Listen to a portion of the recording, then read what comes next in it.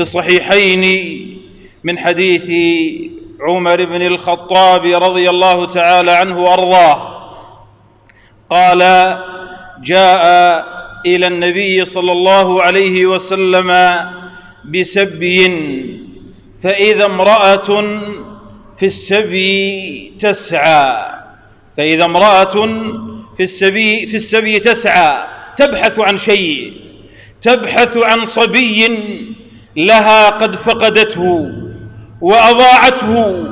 وأنتم تعلمون كيف يكون حال الأم إذا فقدت رضيعها، وإذا فقدت صغيرها كيف يكون حالها.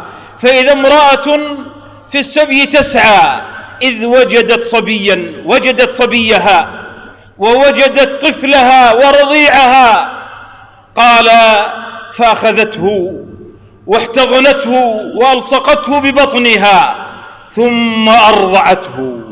والنبي صلى الله عليه وسلم يرى هذا الحال، ومعه أصحابه ينظرون ويشاهدون ما تفعل هذه المرأة، كيف هي رحمتها وشفقتها بصغيرها وصبيها. مقدار هذه الرحمة العظيمة التي في قلب الأم تجاه صغيرها وتجاه ولدها. فقال النبي صلى الله عليه وسلم يسأل أصحابه: أترون هذه طارحة ولدها في النار؟ هل من المعقول أن هذه المرأة بهذه الرحمة وبهذه الشفقة تلقي ولدها في النار؟ فقال الصحابة على الفور: لا والله، وهي تقدر ألا تطرحه. فقال النبي صلى الله عليه وسلم: الله أرحم بعبده من هذه بولدها. انظر إلى رحمة الله، كم هي عظيمة وكم هي كبيرة. ورحمتي وسعت كل شيء، أن رحمة الله هي أرحم وأعظم وأكبر وأوسع من رحمة الأم بصغارها، وأعظم من رحمة الأم بولدها. فهذه رحمة الله، رحمة الله التي وسعت كل شيء. يقول حماد بن سلمة عليه رحمة الله: والله لو خيرت يوم القيامة، يقولون لك اختار، يقول: لو خيرت يوم القيامة بين أن يكون حسابي إلى أمي وأبي أو يكون إلى ربي لاخترت ربي. يقول: لو خيرت بين أمي وأبي، هم الذين يحاسبوني وهم الذين يسجلون علي السيئات والذنوب ويكون مصير الجنة بأيديهم، يقول: ما اخترت أبي ولا اخترت أمي، لاخترت ربي، لأن الله أرحم ولأن الله أرأف بالعبد من الوالدين. إن الله عز وجل جعل 100 رحمة، له 100 رحمة كما في الصحيحين كما في البخاري أيضا. إن لله 100 رحمة، أنزل واحدة. هذه الأم التي ترحم ولدها وتعطف على صغيرها أخذت جزءا صغيرا من هذه الرحمة، وادخر الله عز وجل عنده 99 جزءا ليوم القيامة يرحم بها عباده يوم القيامة. فإذا اجتمعت 100 رحمة يوم القيامة، كيف تكون رحمة الله؟ كيف يكون عفو الله؟ يقول صلى الله عليه وسلم: ولو يعلم الكافر ما عند الله من الرحمة، لو يعلم الكافر ما عند الله من الرحمة ما قنط من رحمته أحد، ما قنط من رحمته أحد. هذا الكافر الذي ما عبد الله، ما سجد لله سجدة، ولا صام لله يوما، ولا سبح لله مرة، عاش حياته على الكفر وعلى الإلحاد وعلى المعاصي، على الزنا وعلى الشرك، ما عبد الله طرفة عين. لو يعلم ما عند الله من الرحمة وما عند الله من المغفرة لما قنط، ما يقنط من رحمة الله. ويقول أهل العلم إن إبليس الذي أنظره الله إلى يوم يبعثون وخاطبه الله قال إنك من المنظرين، وطرده من الجنة ولعنه، يوم القيامة يتطاول برأسه عندما يرى ما عند الله من الرحمة، يظن أن الرحمة تشمله، وأن الرحمة تصيبه، وأن الرحمة تناله، لما يرى من عظيم رحمة الله. هنيئا لكم أيها المؤمنون، أيها المسلمون، أيها المصلون، إنكم تقدمون على رحمة عظيمة من الله عز وجل.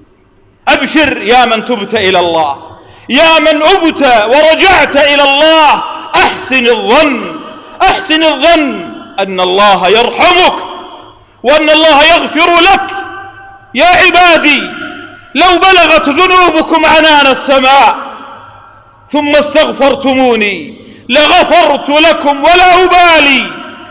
يغفر الله لك ويرحمك لو بلغت الذنوب عنان السماء، لو بلغت الذنوب إلى النجوم، فإن الله يرحم وإن الله يغفر. يؤتى بأربعة يوم القيامة يخرجون من النار ثم يوقفون عند الله، ثم يؤمر بهم أن يعادوا إلى النار، فيلتفت واحد منهم إلى ربه جل في علاه فيسأله الله: لماذا تلتفت؟ ما لك التفت؟ فيقول: ما هذا رجائي بك، ما هذا رجائي بك يا رب. قال: وكيف رجاؤك؟ قال: رجائي بك إذ أخرجتني منها ألا تعيدني فيها. فيدخلهم الله عز وجل الجنة برحمته، يعيدهم جميعا إلى الجنة، لأنه رجى الله وهو من أهل النار، يخرج من النار ويلتفت إلى ربه طمعا في رحمته.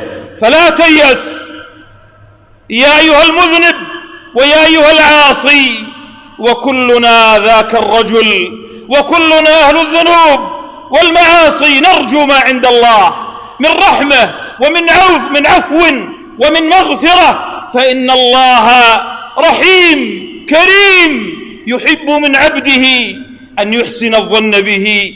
أحسن الظن بربك وأقبل عليه. أقول ما تسمعون والحمد لله رب العالمين. كم أخبر النبي صلى الله عليه وسلم عن أناس ما عملوا خيرا، ما عملوا إلا القليل، قد يكون عندهم لا إله إلا الله، عندهم التوحيد أصل الإسلام وأصل الإيمان، لكنهم قد غرقوا في المعاصي والذنوب. يخرجون من النار، يشفع الله عز وجل لهم فيدخلهم الجنة، كما ثبت في مسلم.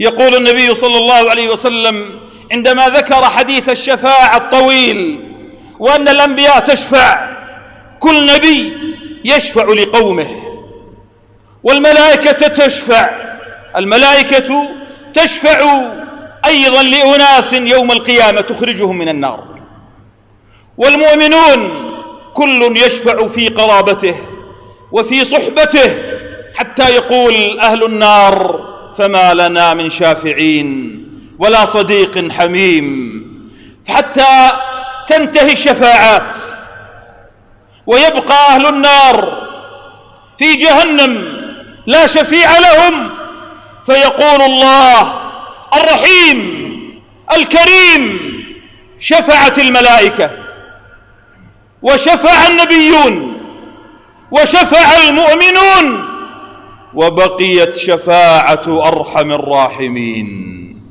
فيقبض الرحمن من النار قبضة أناسا لم يعملوا خيرا قد امتحشوا من النار، أصابهم من العذاب ما أصابهم، فيلقون في ماء الحياة تعاد لهم أجسامهم ويدخلون الجنة ويقال عنهم عتقاء الرحمن، أعتقهم الله ورحمهم الله رحمة من عنده.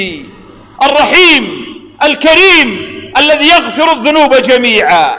رجل يعمل السيئات والذنوب الدهر الطويل والعمر الطويل ما عمل لله طاعة حتى كبر سنه ورق عظمه، جاء إلى النبي صلى الله عليه وسلم يتكئ على عصا قد سقط حاجباه من طول العمر، فيأتي إلى النبي صلى الله عليه وسلم يقول: يا رسول الله، أرأيت رجلا قد عمل السيئات وهو مع ذلك لم يترك داجة ولا حاجة إلا أتاها، ما أبقى شيئا من الذنوب، جميع الذنوب قد فعلها، أله من توبة؟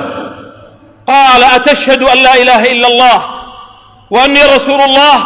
قال: أما أنا فأشهد أن لا إله إلا الله وأنك رسول الله. قال: تترك السيئات وتفعل الخيرات فيجعلهن الله لك خيرات كلهن. فقال: يا رسول الله، وغدراتي وفجراتي؟ قال: يغفرها الله لك. فقام الرجل يكبر: الله أكبر الله أكبر، ثم ذهب. قال الصحابة: فما زال يكبر حتى توارى، ما ترك من الذنوب وما ترك من المعاصي شيئا دهره وعمره حتى سقط حاجباه وهو على هذه الحال من ذنوب ومن معاصي ومن منكرات، يغفرها الله ويسترها الله. يقول ابن القيم عليه رحمة الله: قال: إن العبد يذنب فيستره الله ثم يناديه للتوبة، قال: فيغفر له ثم يحبه ثم يبدل هذه الذنوب بحسنات ثم يدخله الجنة. أي رحمة! تعصي الله فيسترك، ثم تستغفر فيغفر، ثم تعصي ويسترك. والله لولا ستر الله لافتضحنا، لولا ستر الله علينا لافتضحنا. يسترك الله ويغفر لك ويرحمك ويدخلك الجنة. هذا صنع الرحيم وهذا فعل الكريم جل جلاله. اللهم ارحمنا برحمتك واغفر لنا، اللهم ارحمنا يا رب العالمين، اللهم اغفر لنا، اللهم اجعلنا من أهل الجنة يا رب العالمين. اللهم آمنا في ديارنا، اللهم اجعل بلدنا هذا بلدا آمنا مطمئنا هنيا رخيا مدفوعا عنه البلاء والوباء والأعداء يا رب العالمين. اللهم من أراده وأراد أهله بسوء فاجعل دائرة السوء تدور عليه واجعل تدبيره تدميره يا رب العالمين. اللهم احفظ شبابنا في القوات الأمنية، اللهم احفظهم من كيد الخوارج المارقين. اللهم من قام على حماية هذا المسجد فاغفر له وارحمه واعف عنه واجعله من أهل الجنة يا رب العالمين. وآخر دعوانا أن الحمد لله رب العالمين.